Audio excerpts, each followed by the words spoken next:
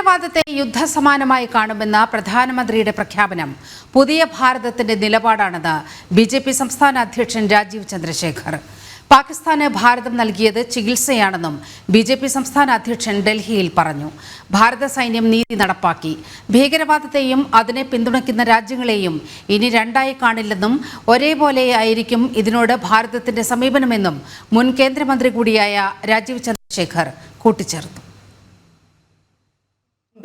പ്രാന്തമായ ഒരു മാഡ് ആനിമലാണ്. അവർക്ക് ചികിത്സ വേണം.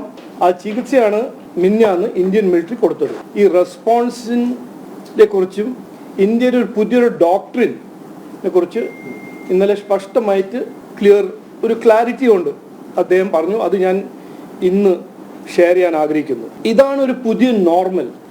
ഇനി വരുന്ന കാലത്ത് ടെറർ ആക്ട് ഒരു വാർ ആക്ട് ആയിട്ടാണ് ഇന്ത്യ കാണാൻ പോകുന്നത്.